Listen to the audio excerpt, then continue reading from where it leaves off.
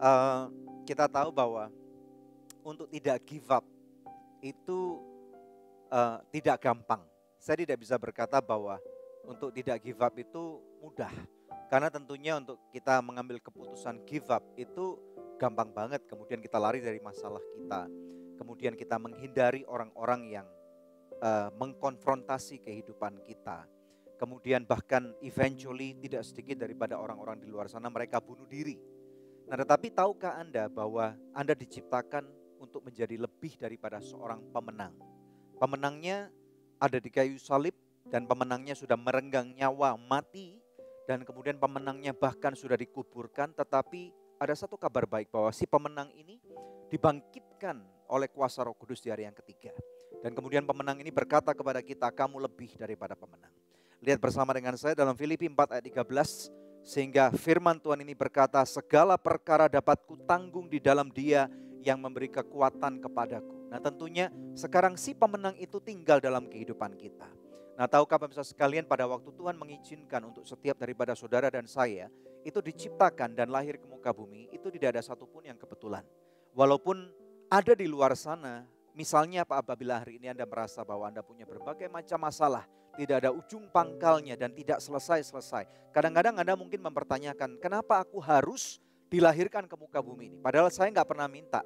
Memang benar pemirsa sekalian, saya dan Anda tidak pernah bisa minta untuk dilahirkan di muka bumi ini. Kadang saya yakin ada 99% orang tua kita, termasuk saya pada waktu kita punya anak, kita nggak pernah tahu harinya kapan conception itu atau pembuahan itu terjadi. Antara sperma dan sel telur wanita itu kemudian terjadi dan kemudian dikandunglah seorang janin di dalam rahim seorang ibu dan kemudian 9 bulan 10 hari yang menakjubkan itu terjadi dan kemudian bagaimana akhirnya janin itu bertumbuh kembang dengan cara yang luar biasa dan kemudian pada waktu itu dilahirkanlah seorang anak dan kemudian adalah saudara dan saya. Memang benar, ini bukan pernah nggak pernah ada siapapun minta untuk ada kejadian itu dalam kehidupan kita. Namun demikian saya percaya sekali kebenaran firman Tuhan mengatakan bahwa sebelum, ini ada di dalam Yeremia pasal yang pertama ayat yang kelima. Sebelum kamu dikandung dalam rahim ibumu, aku telah mengenal engkau.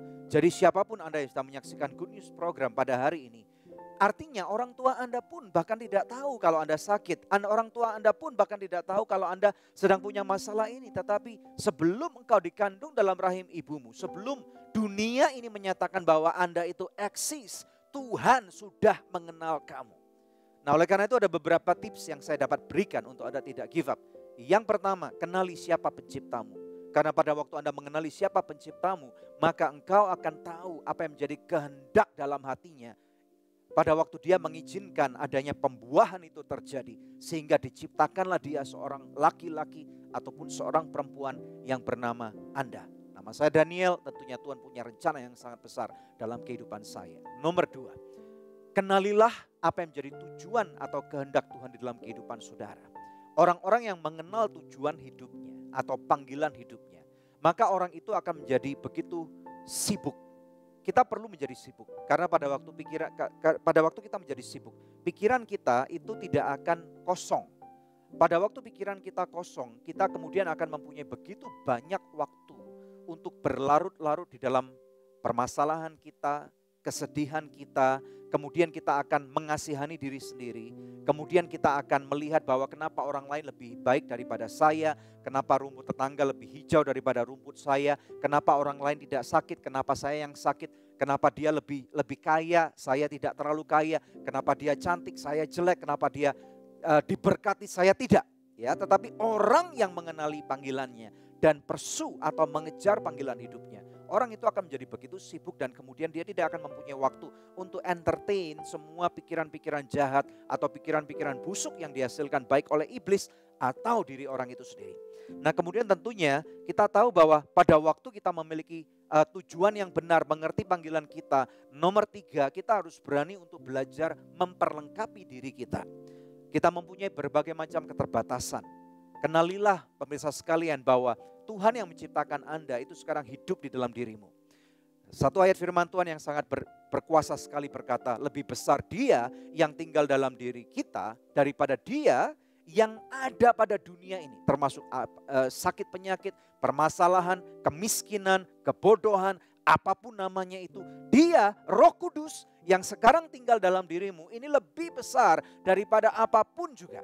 Oleh karena itu, sekarang yang memotori kehidupan kita bukan kekuatan jasmani kita, karena jasmani kita sangat terbatas. Bukan kekuatan jiwani kita, karena kekuatan jiwani kita hanya self will atau dengan motivasi-motivasi itu pun akan gagal. Tetapi karena dengan kekuatan daripada Roh Kudus yang tidak pernah tidur, tidak pernah lelap, tidak pernah gagal, itu ada pada kehidupan kita, maka yang terjadi kita akan mempunyai kekuatan dari dalam yang demikian dahsyat dengan dasar kebenaran firman Tuhan. Karena firman Tuhan berkata, all things are possible with God.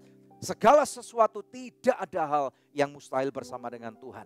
Ada kabar gembira yang kami berikan di Good News Program, bahwa Tuhan tidak menyerah akan Anda. Apapun kegagalan yang Anda punya, apapun kehancuran yang saudara hari ini harus telan bulat-bulat dan kemudian harus hadapi. Ada kabar baik bahwa Tuhan tidak pernah meninggalkan Anda. Tuhan menerima Anda apa adanya. Dan Tuhan yang ada bersama dengan kehidupan saya itu memberikan tangannya untuk kemudian menjamah Anda, memberikan hikmat, dan kemudian pasti akan ada jalan keluar.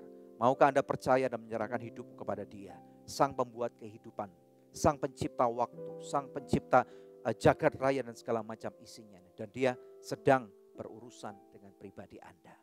Mari kita berdoa. Bapa, dalam nama Yesus, terima kasih untuk kehidupan yang Kau berikan kepada kami. Kami tahu dan sadar hari ini bahwa kejadian kami sungguh ajaib. Bahwa Engkau yang merencanakan dan mengizinkan untuk kami hidup di muka bumi ini. Oleh karena itu Bapa, dalam nama Yesus, saat ini Tuhan, untuk setiap mereka yang berpikir untuk menyerah, atau bahkan setiap daripada mereka yang ingin bunuh diri, menghabisi hidupnya, memutuskan bahwa Engkau salah. Tuhan, hanya Engkau yang bisa melawat hati mereka. Hanya Engkau yang bisa berbicara dan melunakkan hati mereka. Oleh karena itu Tuhan, aku melepaskan berkat-berkat-Mu dalam nama Yesus. Mari saudara, terimalah kasih setia Tuhan. Bahwa Tuhan tidak give up pada saudara. Inilah alasan yang terbaik sehingga saudara, engkau tidak akan pernah give up. Never give up dalam kehidupanmu. Karena Tuhan mengasihimu lebih daripada hidupnya. Aku memberkati kehidupanmu pemirsa sekalian. Engkau adalah kepala dan bukan ekor. Engkau tidak akan gagal. Engkau pasti akan bangkit daripada setiap keterpurukan. Bahkan engkau yang sakit, mari percaya. Katakan, dengan belurnya Yesus, aku sembuh. Dengan belurnya Yesus, aku sembuh. I release it right now. Dalam nama Yesus, yang percaya bersama dengan saya, katakan amin.